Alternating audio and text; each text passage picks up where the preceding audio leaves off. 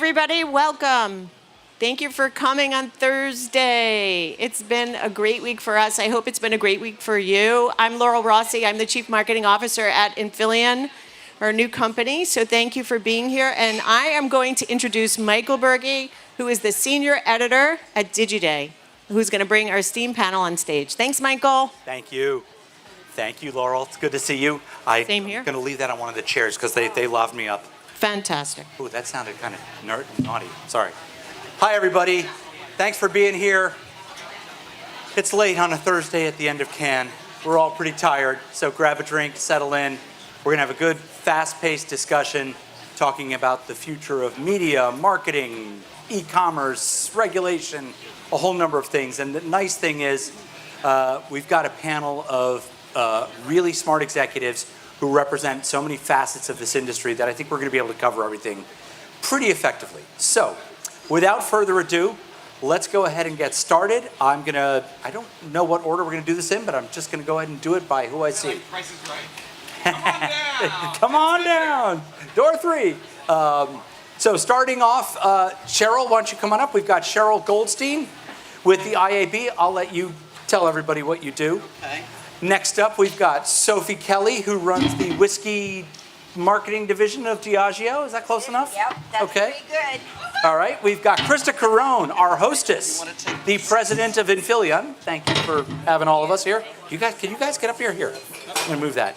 Next up, Jatinder Singh with Accenture Song. And we're gonna, sorry, it's a little tight. Doug Rosen of Dentsu Americas. And last but not least, right next to me, Antonia Wade with PwC. So let's give them a hand, folks. I'm going to try not to fall off the stage, but I want to move back enough so that... All right, does anybody know, like, first aid if I do fall back and crack my head? Right. Please, oh, let's just make sure. Just don't get too... Oh, Heaven forbid. Whoa, that was loud. these are really loud. Wow. Hot mic. They I was gave about to Sophie say, the hot just mic. don't get too excited and you'll be all right. We're all ready to drink, so just saying. Ooh. Well, yeah, no, these are nice and hot. So Hot mic. they're going to hear us at the Palais today. Okay, well, let's get started. Here we are at the end of Cannes. We've all seen, heard a lot. We've networked with tons of people. What would you say are the one or two media trends that surfaced for you in this year's activities? And have they triggered anything that's going to make you maybe do something differently when you get back to your day jobs? And I'm going to start with the last person who showed up, There we go. Antonia Wade. Don't be rude. Oh, no, I didn't mean it rudely. So first of all, I mean, hasn't it been great to be back? I've had such a fantastic week. I'm exhausted. I don't think I can look at rosé again in the same way for a long time, but it just has made me realize how much I've missed being here. And actually, it's been quite different, I think, if you look at who's here compared to, say, 2019 or whatever. It's like it feels quite different. So I would say there were three kind of areas that I felt like a lot of people were talking about and the things that I did. First of all, a lot about purpose, representation. We hear data like 84% of the world's population is not white, not male, not able-bodied, right? And you look at Nike talking about how much revenue they attribute to, Black community in terms of what are they giving back. So that was one thing that came out a lot. And I think from a B2B and PwC perspective, how are we thinking about how we live our purpose through the work, through the advertising and media work. The second thing is around metaverse. There's been sort of everywhere. I knew it was going to come up. And it has to. And look, and the thing that I reflected on with that is that whatever you think is going to happen with the metaverse, whatever you think it's going to end up being, I think brands have a period of time to really build up a lot of immediate resonance around some of their core assets, so that when we're in the metaverse, people don't need to work too hard. So if you think of an app, you see the apple, you see the tick, you know exactly what that is. And I think some of our B2B brands need to work a bit harder on that. And then the last thing for me, I really appreciate the CEO of LinkedIn getting up on stage in the Palais in front of all of the agencies who are there, basically saying, if you look at where the market is, if you look at where the interesting challenges are, if you're not in B2B, if you're not serving B2B clients, you're kind of not going to make that much money in the future. And I appreciated him for that, because I think it's a perennial problem in B2B to get really amazing, gifted agencies working on your accounts and doing their best work. And from my position, I've seen more agencies extending into B2B, but the CEO of LinkedIn has a vested interest in saying that. So, but still, Of fair course, point. but I'll still take it. Fair point. It's nice Right here. It's nice to have them as our client too. So it's good to see actually B2B in the Palais. And talking to the LinkedIn team, it's interesting because we asked, do you feel you have the work to earn a lion? A lion. And not yet, because a lot of B2B work has been so acquisition, so lower funnel performance driven, that I think having the B2B category is now going to raise the bar to really push creativity in the space and hopefully drive more attention and opportunity around B2B marketing.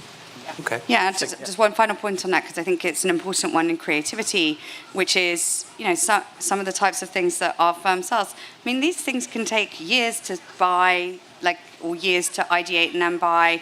And so salience is so important, and you can only really do that through great creative, in my opinion. Okay. I'm just curious, from the brand perspective. Yeah, sure. I mean, anything you've seen that's tick like on really... purpose and tick on the metaverse, tick on Web 3.0. It's been really cool. I think one of the things that I saw that was really interesting in the purpose area is we are driving a massive sustainability agenda at Diageo, 2030 goals, against carbon neutral. And I was on telling the story of our journey for Scope 1, 2 and 3 at the OpenX station, and was on a panel, and I was just fascinated to hear about all the media platforms that are coming out that are actually taking it away from servers and putting stuff in the cloud, and then giving you a commitment on carbon neutral, which will actually help. Because if you look at our agenda against purpose on sustainability, regardless of the fact that we're building carbon neutral distilleries all over America and we're looking at de-weighting glass and innovation in packaging, marketing has to play a role, and media investment has to play a role in actually driving that. So that's a bit of a different one to adding to yours, but I was fascinated with how many companies are popping up around that. Good answer. And I love the fact that whiskeys come in bottles which are much more recyclable than plastic. So Exactly. that's why I drink so much of it. My phone just closed. Sorry about that. And you drink Bullet too, right? I'm a Bullet man. That's what you said, I drink a lot of bourbons, but Bullet is my kind of house brand when I'm making Manhattan. So, okay. Let's talk a little bit about Convergence. I'm sorry, I what? was saying he loves Bullet, and so do I. So you got, You got a family of Bullet lovers here. So, Convergence continues to be a very important theme, and saw some evidence of that happening across the Palais. But the industry, in many ways, has remained very siloed. What where do you see that interconnectivity happening, and how will that happen? And Krista, I'd love to get your perspective on this. Thank you, Michael.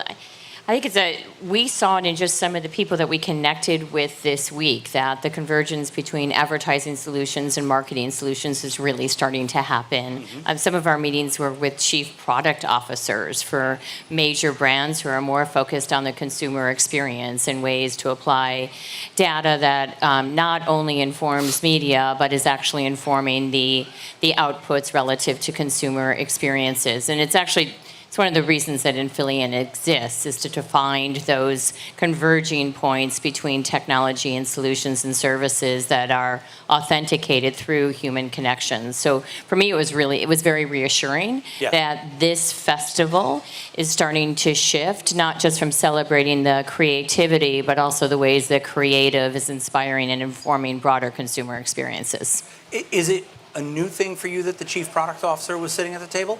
It was new From your for me this year from all of my prior experiences, when you tend to be talking with a lot of folks on the media side who we still spent a fair amount of time with. Yeah. But the titles of the folks who are here are also inclusive of our colleagues in analytics and insights, as well as those who are taking the massive and infinite amount of data that's available to us and applying it to their own cross-graph devices, things like that. Yeah.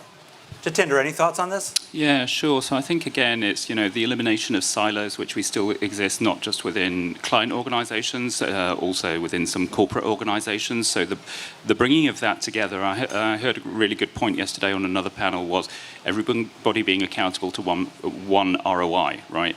So people exhibit the behaviors for which they're compensated, right? And so I'm going to run towards that line.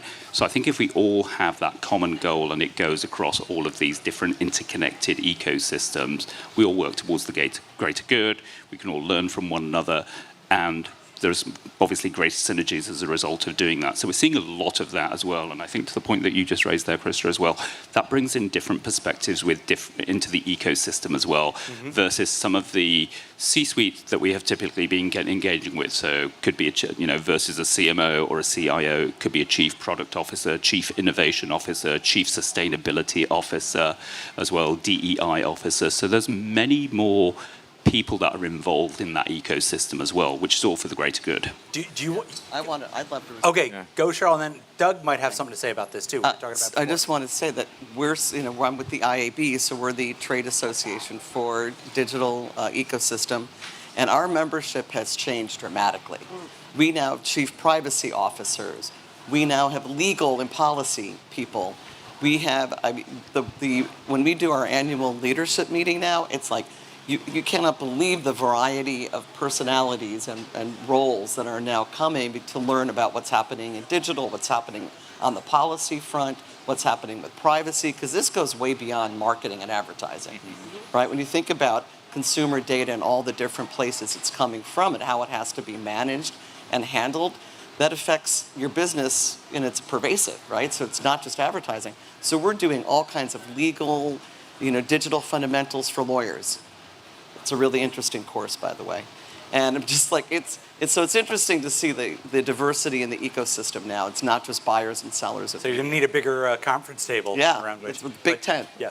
One area I've seen this week where I think we need more convergence, though, is on our side, on the buy side.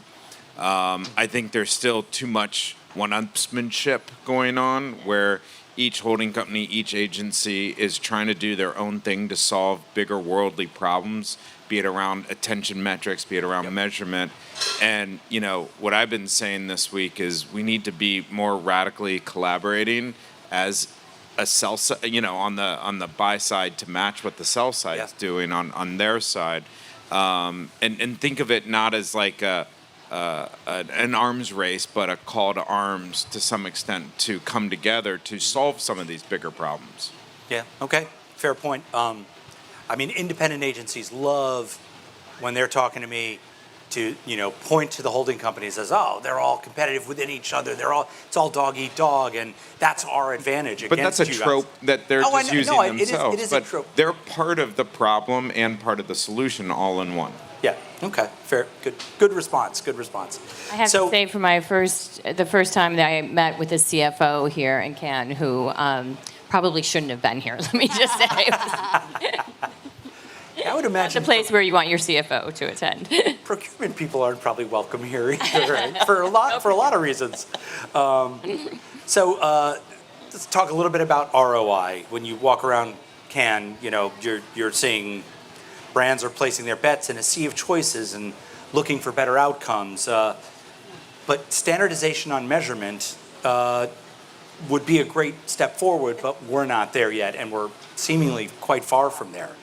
How does a still somewhat fragmented industry get over this problem? Especially without becoming monopolistic. And I don't know, I'd like one of you two to start with that. Doug, you're up. Well, one of the things we've been pushing for is this notion of an attention economy. How do you shift away from the faulty way of measuring right now, which is impression-based, which is not ideal, to then determine that viewability, but viewability doesn't mean you had the true attention. Or engagement. Or then engagement in an ad. And I think what we have to understand is how do you create an open economy around attention? How do you understand what that metric is? And we've been doing work over the last 4 years to codify what that is in partnership with a whole host of partners to create this kind of open way of thinking about attention and ultimately trading on attention. So we now have what we call an EACPM, which is an effective attentive CPM to understand why we buy something based on attention versus just based on impression. Any thoughts on this, Cheryl? Yeah, I mean, what I see is this has been an ongoing conversation forever, right? And I think it gets more and more complicated as technology changes and new ways of delivering content get introduced, and now we've got to find a way to measure that and bring that into the.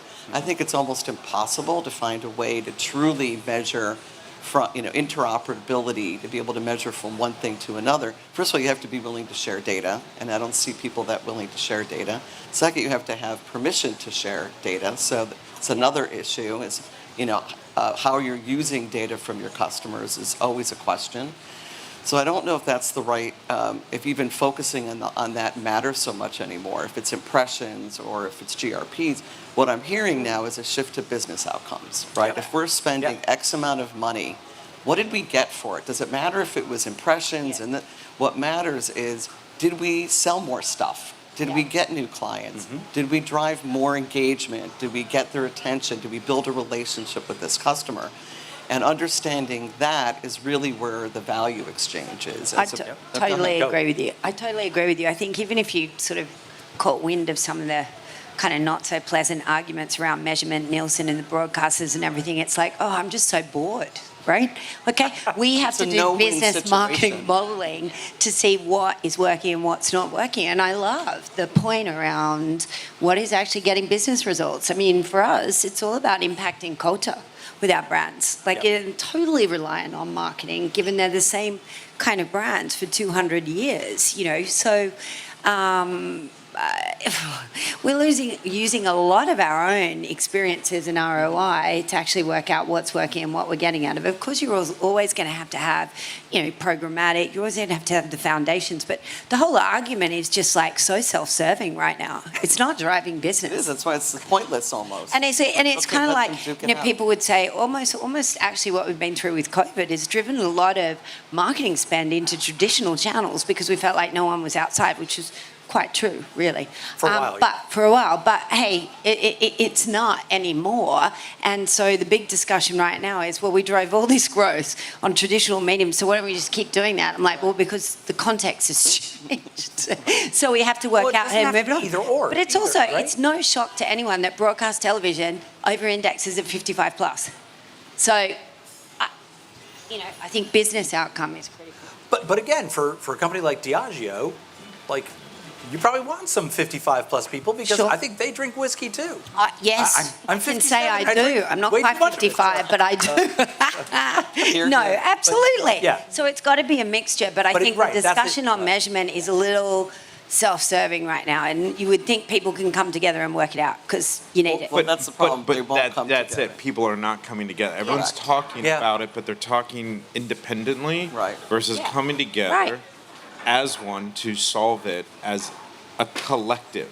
Correct. You used the term earlier, arms race, and it does feel a little bit like it's all this kind of competitive, take each other out. We're all trying. One-upmanship is kind of the best way I've been, and both sides, on the buy and the sell side, and then, the clients are sitting there like, help. What do I do? They're bored with right? But the other thing is then on the performance side, where there is the ability to connect it to business outcomes, we're optimizing ourselves out of ingenuity to some extent because we're just perfecting that, like, at what time and what place, is the creative spark able to enter into the conversation as you continue to optimize. Yeah. And I think that's... I think at the end of the day, I'm just curious from the brands, like, what are you holding your agencies accountable for? So when you talk about business outcome, that can be very broad. Yeah. And as you cascade that down even to a junior buyer, it gets to a place, again, of CPM or something that's highly performative. So the accountability sits with all of us in the ecosystem, but ultimately it's defined a bit by the brands because we're stewards of your budget, right? And stewards of the return on investment that you're delivering for your company. So I'm kind of curious again, on that accountability front. I think, and I'm assuming most marketers and big companies have their own business measurement modeling, right? We do. And it runs across all different types. So from TV ROI to experiential ROI to da-da-da. So that all goes in the brief and the KPIs in the brief. But, Right. it still leans towards lazy mainstream thinking. Wow. Jatinder, go on. Yeah, Get in sure. there. Say No, it like it is. for sure. So building upon the points that the other speakers have taken as well, I think, as we move to whatever we're going to call it, new ways of evaluation or measurement, but the other thing, obviously, that we're also facing are just what I'm calling data dilution. So legislative changes, be they GDPR in the EU, be they CCPA that's hitting the US, or we know it's also going to be hitting India and Brazil and China and so forth. It's going to happen on a global scale. So there's this dilution effect that's happening, right, which then has an impact on data diagnostics, right? So we've been using MMM, MTAs, all of the other sort of like rubrics. So if that has an impact on diluting data, that's going to have an impact on the diagnostics. And then many of organizations are obviously responsible also for building data for demand and for brand as well. And that has a knock-on effect there. So there are these other elements that we're also having to navigate of this dilution. And we need to sort of like continue to have trust and transparency, right? So everybody goes, I want to own my data and I want to keep it here. But at the same time, every time I pull that device, sorry, mine's charging over there. Every time I pull my device out of my pocket, I want it to talk to me. So there's this sort of like, dichotomy that's going on here as well. Yep. So that's the other thing that we need to be cognizant as well of. How are we evaluating that? Because as I said, it's a knock-on effect from the top, and transparency is key in that equation. Well, PwC has done a whole series of research into global consumers, and there were some quite shocking things in there. So, for example, and it's a small number, but just think about it, 3% of US consumers would give their social security number in order to get a discount on a product. I mean, that is extraordinary. That right? speaks Just to think the about- education system in the United States more than anything else. but that is still, and we see people saying, I hate the idea that Alexa is listening to me all the time. However, I want to buy 25% of my goods and services through it. So you're right. It's kind of interesting, this value exchange of data, and people say, well, I don't want to give my data away, but they do all the time, and I think that raises a broader issue, particularly for younger people. So I have 2 young children who will quite happily give away any amount of data in order to find out what Disney character they're most like, or whatever it is, or get themselves some sort of emoji thing. And know who is looking after these kids giving over that data, because once they've given their birth date and their location and a company knows that, they know that for life. And into adulthood, and who's responsible and who's the steward of that. So the regulators might be overcorrecting, but they are correcting with good intent. So I did a podcast the other day with Arun Kumar, the lead data and MarTech chief at IPG. And he really bemoaned the fact that marketers are not stepping up and going to Washington and explaining that there's a small number of cyber criminals and stuff like that, but for the most part, the data that marketers are trying to use in order to more effectively market to consumers, as long as it's done ethically and transparently, they need to tell those legislators who do not understand these subtleties and these elements that what the story is, so that privacy advocates, who I don't have a problem with them, but they don't determine the agenda, and then data becomes so limited that none of you are able to do your jobs well. So how do we overcome that? Well, just a quick thought on that before, because there are much better experts than me on the panel, but also I think there's something beholden about the best practice that we all hold in the industry. So if I, as a parent, I allow my children to give data to Disney, if Disney then go on and sell that data to somebody else, then that is problematic, because that is not the transaction I thought I was engaging with. And we do have to accept that there is some bad practice in terms of this data handling and signing things off, and so anyway, people are more expert than me, but I also think you're right, totally, because with no data, actually customers get no value out of the marketing, but we also have to hold ourselves accountable to using it well. Agreed.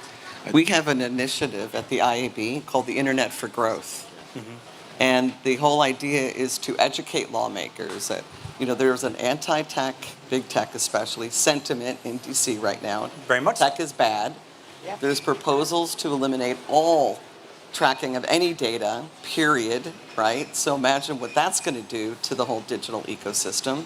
So we have a campaign where we're out to educate them on how small businesses are built and thrive on the back of the digital platform. Like, you're not going to hurt Google, the businesses you think you're going to hurt with this They're going to find a way around legislation it. is not going to hurt them. Yeah. Okay? It's going to kill thousands of small businesses who can't meet the compliance, can't meet the regulation, don't have the infrastructure, and it's going to be impossible for them. Those are the unintended consequences of these sweeping legislations of ill-informed lawmakers. So we do need the brands to step in and help tell those stories.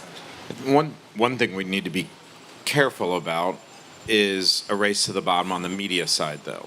So there's a general direction over the last decade to try to get more for less. And there are compensation agreements, pricing expectations, procurement entry into the decisioning process that drives this whole notion of squeeze more for less. And what we have to do is shift to getting more for better versus just less, because sometimes you can pay to drive better results. And so I think there's a conflict between drive business outcomes and get cheap media. I love that, actually, and you're right? cross purposes, So procurement has become part of. Listen, we're going to enter a really interesting phase. I mean, media inflation is huge, cost of goods is huge. How are we going to deal with that? But there is a massive area around tramlining and procurement, and squeezing media value is a big part of it. And we have to be really careful about what role all of the channels play in creating impact in culture, and not necessarily assume that you've done your job because you have the numbers on a page for effectiveness and efficiency, because you haven't. I mean, it kind of goes back to the fact that, okay, that's tick, tick, tick. That is not creative or innovative marketing that creates impact in culture. That is a bricks and mortar.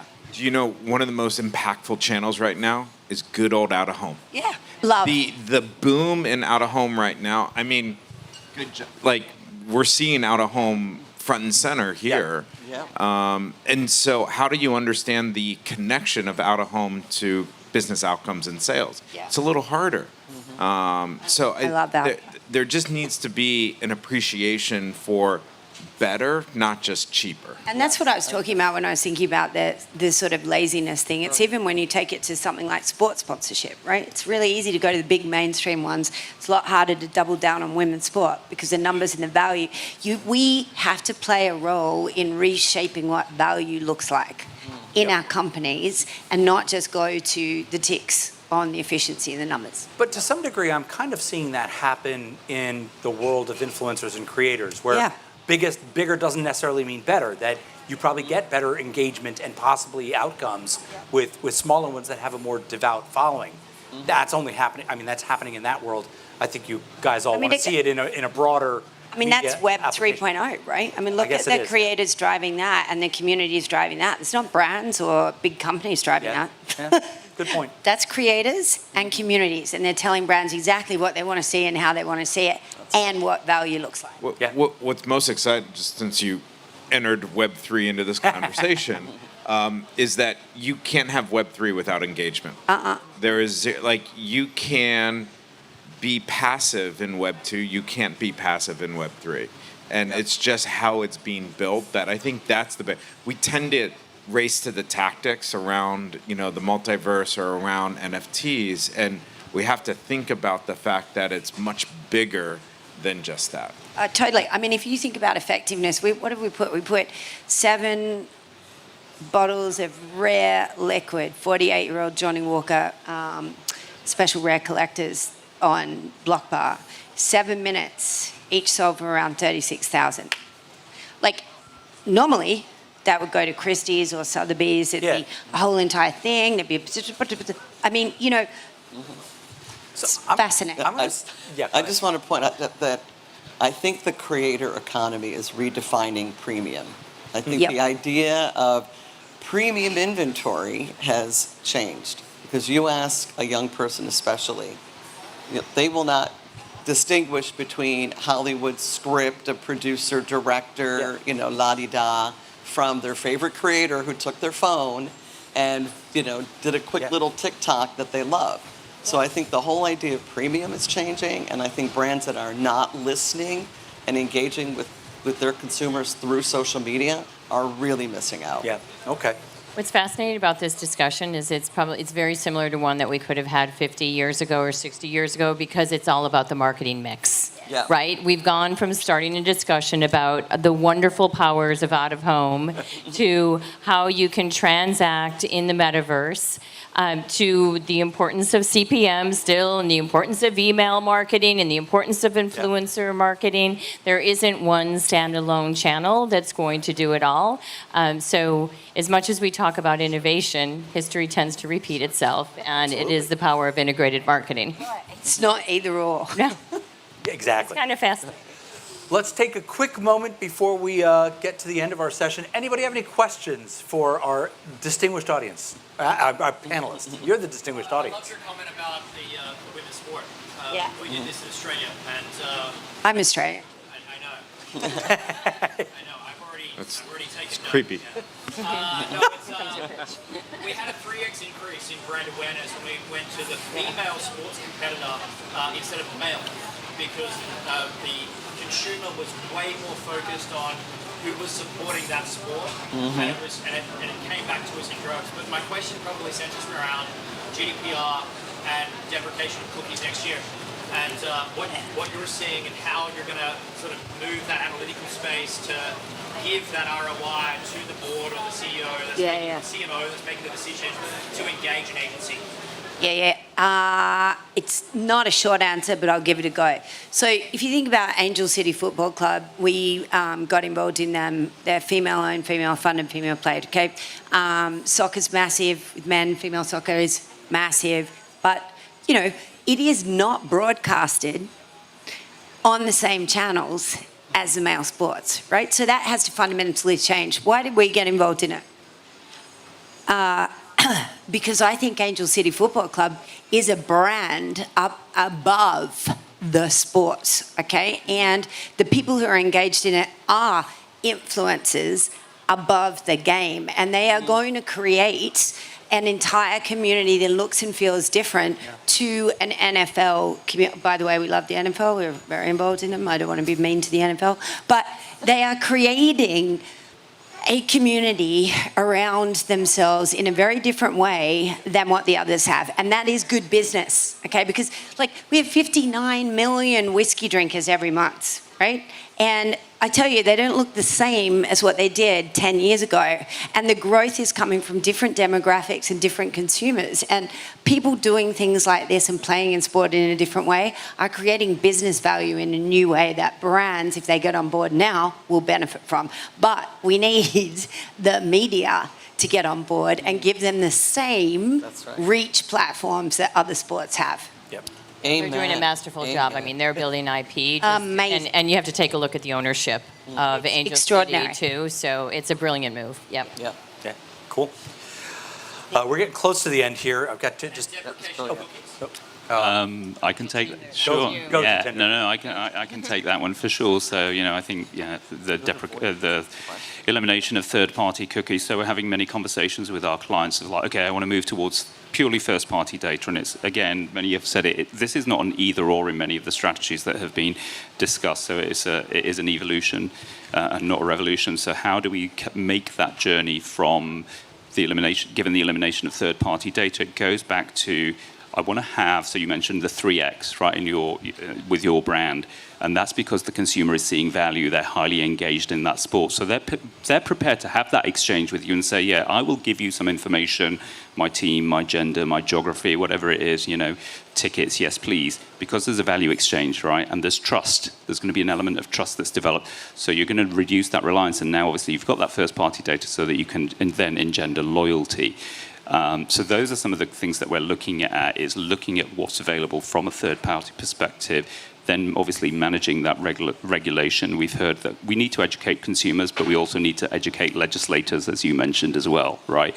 Because everybody is still, when you pull that out, you still want a hyper-personalized experience in context. So those are some of the conversations that we're having as to how do we get there with them so that we can start to get to scalable first-party data. And then there's also addressability that's increasing as well. So yes, it's not just that third party is doom and gloom. Addressability is increasing as well. The one thing I'll just add is there is urgency. The urgency that isn't often thought about in two ways. One, while we still have third-party cookies, build your first party so you can do side-by-side models to understand when the third party goes away what that difference is going to be. Because there's going to be a period of fidelity change that's going to be really important to understand. And I don't think a lot of people are thinking about that. The other one, which is bringing it back to our hostess for the mostest, is around the problem around uplift studies, brand lift studies, things like that. That whole cottage industry is about to be disruptive. And so you need to have better understanding of brand consideration, brand understanding, which is where, somebody like Affiliate comes in to help drive that. So those are things that are not being talked about. Everyone's focused on the deprecation versus actually some of the more specific elements. I'll quote you real quick, but I remember Doug saying last week, we shouldn't be talking about the demise of the cookie. We should be talking about the rise of addressability. Yeah. Well said. I would take the quote, but then you just said something nice about applaud. Affiliate. I'm giving it back to you. That is I saved it. Put that on a t-shirt. Yeah. I'll do that. Put it on a billboard. Any other questions? We got That should another be on a question here. billboard. This is my first panel, so I'm going to program next year way differently because I've learned so much from all your perspectives, and I love the diversity of the panel.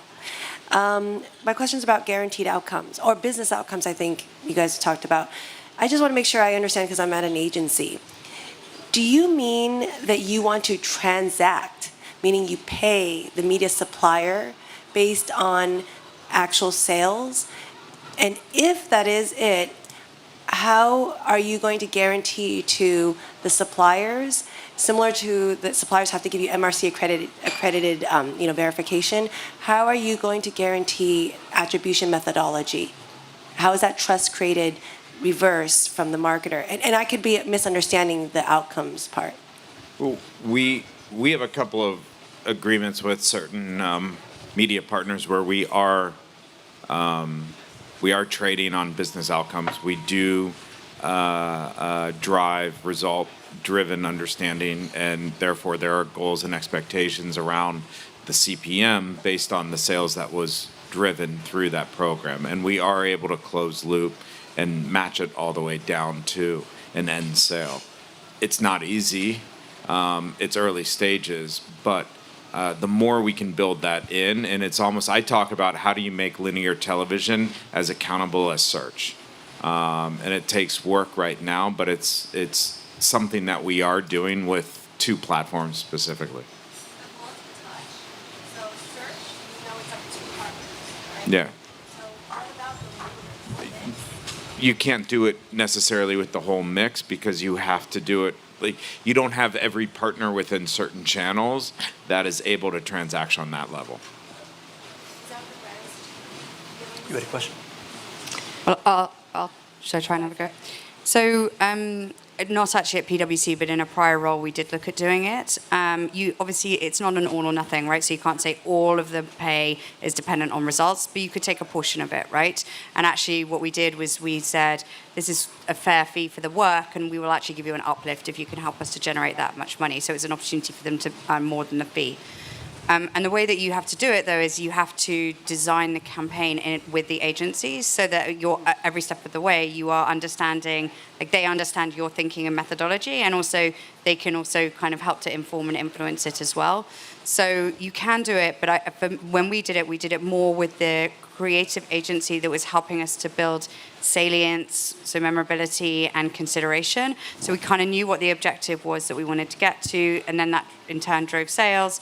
But we didn't do it with like every media partner and every single execution partner. We just did it with the people who created the idea in the first place and a number of the assets that sat underneath the idea. They got 100% attribution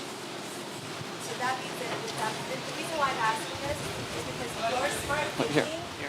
needs to get out because it's more nuanced than this broad thing that everyone's talking about. Business outcome. I want my NBCU ads, guaranteed on business outcomes. Right, and that's a what you smart can also do conversation, in a exactly. B2B context, you also have to use indicators, not just outcomes. So you say, right, this is the outcome that I need to achieve over a 3-year period, and in year 1, these are the indicators. So some of those kind of more like vanity-seeming metrics, they're not the point in their own right, but they are indicators that your message is getting through. So I think you have to play around with outcome metrics, indicator metrics, and make sure that you pull away from what I call input metrics, which is just about how productive and effective your teams are.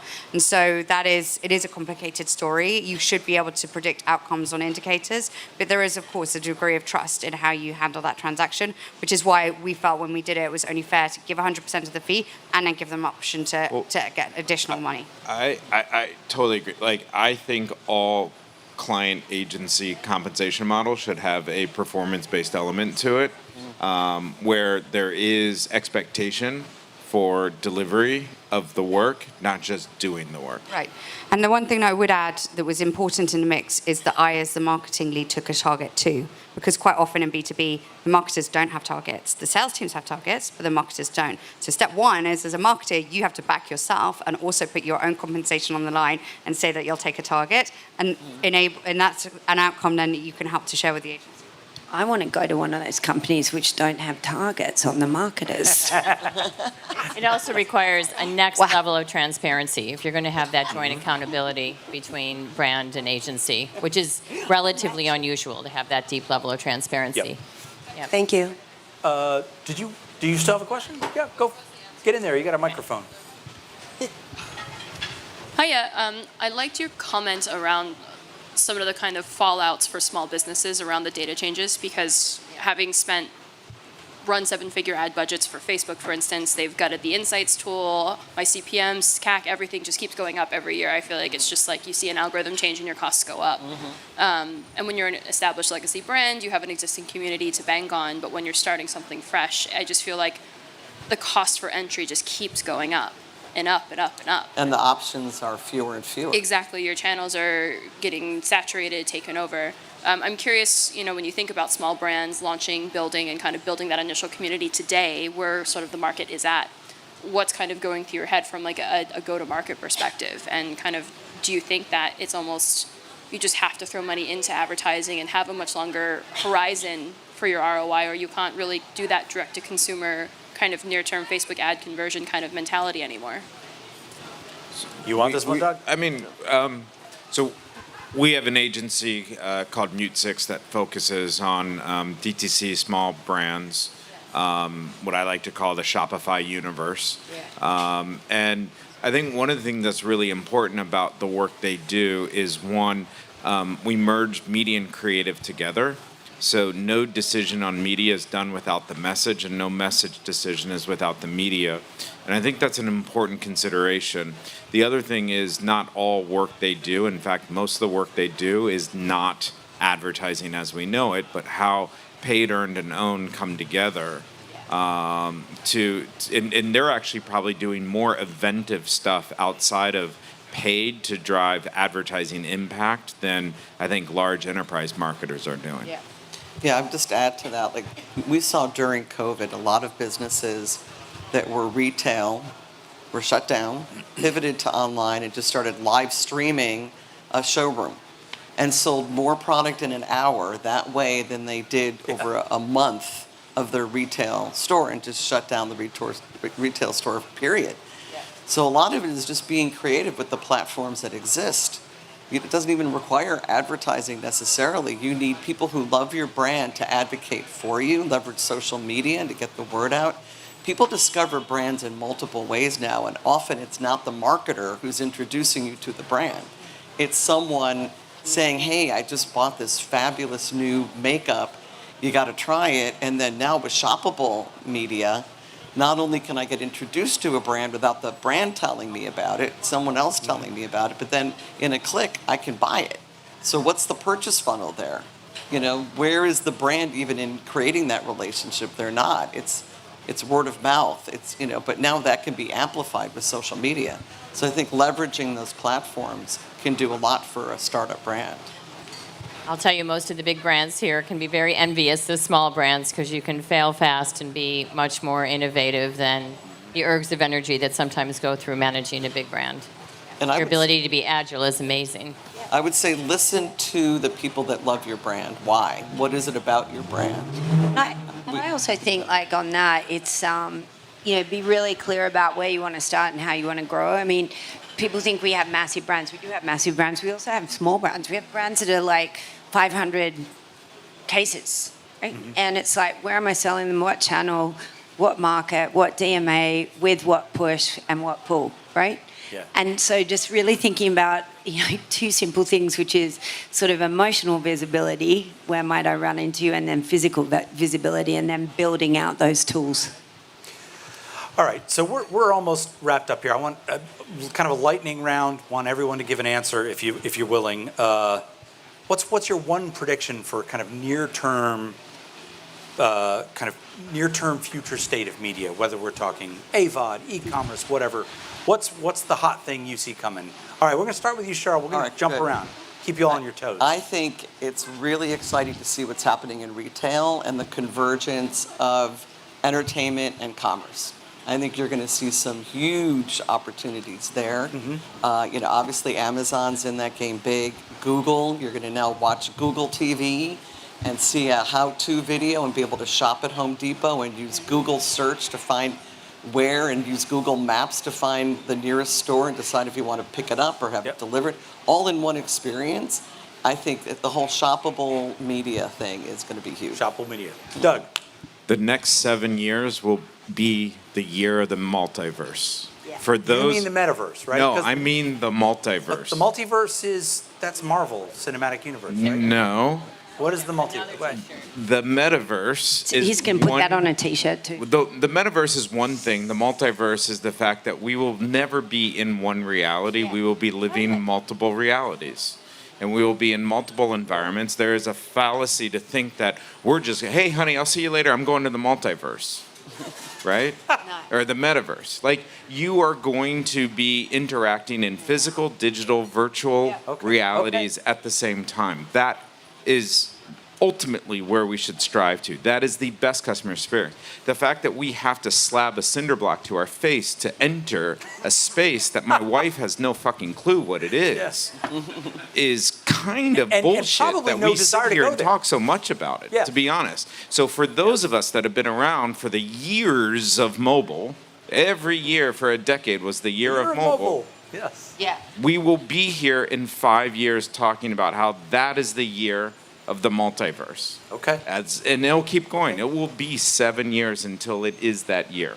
And I love that. very I'm going to biblical. come down a level from you and be a little bit more basic and less predictive and say that I think that it's been great to be here and hear how much energy there is around Web 3.0. And I think as soon as people start to stop being intimidated by the tech and the lack of audience in it, and start to think about platforms like gaming and how people are immersed in those worlds and how the behaviors work in those worlds and the interaction works in their world, then we're going to start to see real acceleration in it. I also think as soon as we get the user infrastructure working better so that more people can understand how to integrate into blockchain, we're going to see a massive acceleration the same way we did with social media.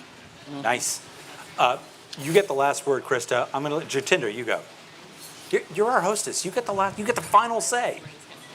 Unless you want to, you can go now if you want to. No. I thought I was being polite. Sorry. Cool. I'm actually going to. I'm going to build upon what Cheryl said. So, some of the biggest changes that we're seeing with our clients is definitely in the social commerce space. So, everything from soup to nuts, right? So these influencers that are actually having an impact on consumers, they can then go, it's shoppable, they've bought it, it's shipped. It's all seamless within that same experience, right? So this funnel, it's compressed, and it's all done, and it could be in the metaverse, the multiverse, as the 2.0 and the 3.0, but it's things like that are really helping to make those experiences frictionless, and I think that's going to be something that's going to continue to accelerate as well. What do you got, Antonia? Well, I'm a bit sad because I've been dreaming about click-to-buy TV ever since I knew that the technology existed. I'm like, come on, I'm desperate for it. But I'll be the bit of the negative one. I mean, we are reaching pretty dramatic inflationary times that is going to get exacerbated. Now, we all know that that means that brands are going to have to work harder as consumers feel poorer. And so I'm interested to see how they rise to that challenge. And of course, in troubled times, sometimes disruptive things happen and unexpected new things come into the market because, you know, innovation comes out of necessity. And I think we will go into a period of new necessity. So that doesn't quite answer the question because I don't know what that looks like. But I do think that the economy will make something happen. I had meant to ask all of you about the economy, but I'm not doing it now because we're not ending on a downer note. I want to hear from Krista. No, you're good. Krista, your thoughts. Did you already go, Shelley? Oh, wait, no, I went. Okay. Everybody went. Sorry. You That was went. Great, okay. Final say. I think the way that I would wrap all of this up, and again, thank you everybody for joining us in our garden, is my concern as being in this industry for a long time is that advertising still feels very invasive as an experience. We still attack the consumer with the messages that we want him or her to hear, and maybe they're more relevant, but I haven't always invited you into the multiverses of which I'm engaging. So I'm hopeful that with the advancements of innovation, with the continued advancements in creativity, with continued advancements in accessibility, that we start being much more respectful of the consumer's time and create those value exchanges in every step along the consumer journey. So that's the ethos of why Infillion was born, to find the technology and the services and the solutions that truly do respect consumers' time, attention, and privacy. And with that, I want to be respectful of everybody's time here as well. And thank you so much, Michael, for joining us. The bar is open, and while we have your attention, why don't we go get a drink, and I'll let you. Wonderful. Well, please, everybody, give our panelists a big hand. This is a great conversation. Thanks for letting me be part of it, and great to see you all. And safe travels home, everyone.